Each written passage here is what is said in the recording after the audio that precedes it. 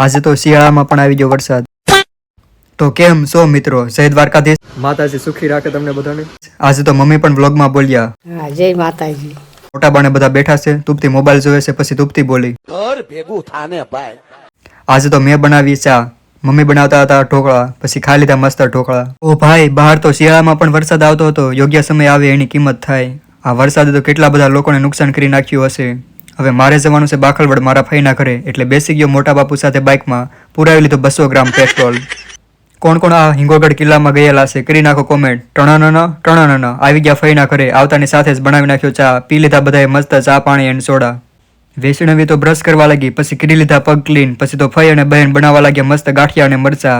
બની ગયા મસ્ત ટેસ્ટી ગાંઠિયા. ખાવા લાગ્યા બધા ગાંઠિયા. ની હાનમાં 100 ગ્રામ ગાંઠિયા ખાઈને હુઈ જાવ, તમારાથી કાઈ ન થાય. સાંજે આવી ગયો મારા ઘરે.